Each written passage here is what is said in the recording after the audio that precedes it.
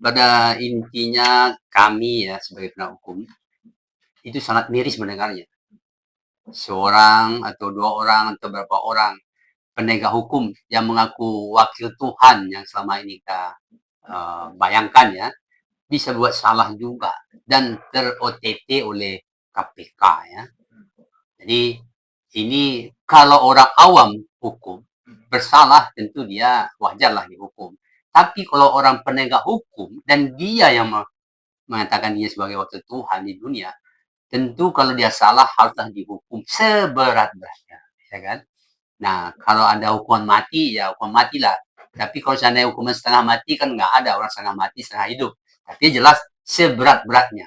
Tentu pertimbangan daripada kolega-kolega juga yang bisa memberikan efek jerah situ. Nah, tindakan KPK melakukan OTT ini boleh katakan kita banggakan, pujikan bahwa ini bukti bahwa keseriusan KPK dalam menegakkan hukum dan memberantas korupsi.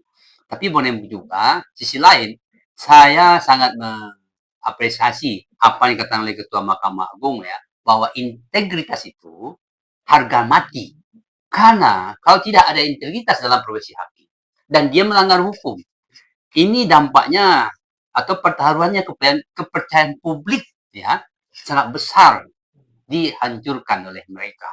Ini dampaknya juga investor dari luar negeri tidak percaya kepada kondisi sistem hukum Indonesia karena ya penegak hukumnya sendiri seperti itu dan lain-lain. Ini banyak sekali dampak dan sebagainya. Nah, jadi itu gambaran yang ini. Kalau selama ini pengawasan dilakukan oleh Badan Pengawas Hakim atau Kimwas namanya atau Komisi Yudisial ya, itu hanya berbasis laporan masyarakat dan boleh dikatakan dia sebagai bersifat pasif, tidak berbasis pemetaan dan juga hanya tidak memanfaatkan analisis pola putusan dan anomali kinerja. Ya, padahal monitoring ya berbasis data itu bermanfaat untuk mendeteksi inkonsistensi dari pertimbangan hukumnya. Kemudian juga bisa mengidentifikasi anomali gaya hidupnya si hakim sendiri. Kemudian juga melihat pola pembatalan daripada putusan. Nah, inilah yang kita miris ya. Melihat dari kondisi yang ada itu, ditambah lagi dengan kebijakan dari Presiden Prabowo untuk meningkatkan tunjangan ya kinerja, itu boleh dikatakan cukup signifikan berdasarkan peraturan pemerintah nomor 42 tahun 2025, kita menyambut baik. Tapi hanya sekedar untuk sekedar formalitas dan fiskal saja, ya kan? Nah, di situ yang isu kita ini, ya. Tapi itu tidak cukup untuk tanpa monitoring dan juga tanpa berbasis indikator, ya. Nah, dan juga tidak efektif tanpa adanya reward. Nah, saya juga tidak ada makna juga tanpa adanya transparansi hasil pengawasan. Maka daripada itu saya sebagai penegak hukum, praktisi hukum, memberikan solusi tahap ini. Pertama adalah lakukanlah monitoring ya dan asesmen yang transparan dan terukur sehingga apapun dilakukan hakim itu baik dalam promosi itu juga ada ukuran yang jelas ya sehingga dia mendapatkan promosi jabatan, mendapatkan tempat yang lebih layak itu berdasarkan prestasi kerjanya dan integritas pribadinya dalam melaksanakan profesi itu. Nah, ini salah satu yang kita harapkan.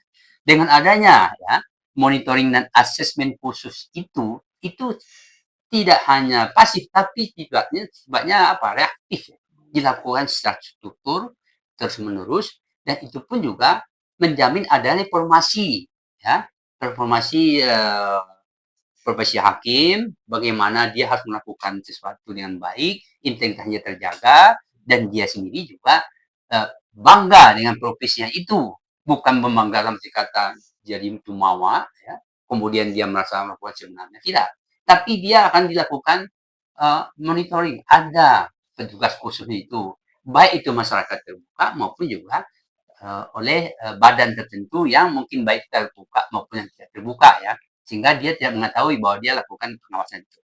Nah, itulah satu.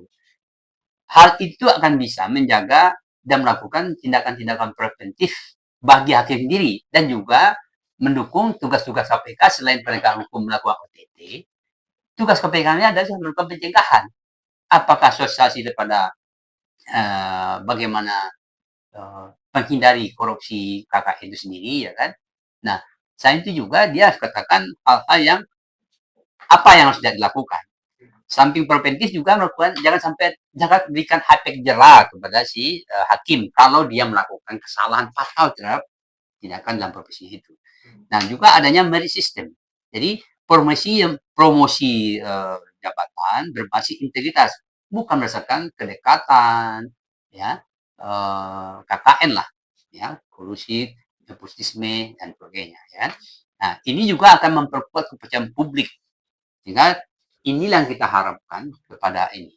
Nah, maka daripada itu, saran saya yang paling tepat dalam mengatasi masalah ini adalah melakukan monitoring dan asesmen transparan dan terbuka serta terukur, sehingga semua profesi hakim maupun profesi penegak hukum lainnya, termasuk jaksa, polisi, hendaknya juga diberlakukan sama. Sehingga KPK pun tidak harus jumawa mengatakan ini hasil kerja saya OTT. Bukan itu yang kita harapkan. Tetapi silent, tapi bermanfaat. Pembuktian berarti, Pak. Pembuktian yang jelas berkelanjutan. Tidak hanya suatu saat menampakkan bahwa kita melakukan sesuatu. Tidak. Tapi demi integritas daripada profesi sendiri, juga manfaatnya buat pertaruhan kepercayaan publik kepada lembaga-lembaga penegak hukum. Itu sama saya. Oke, terima kasih Pak Yun.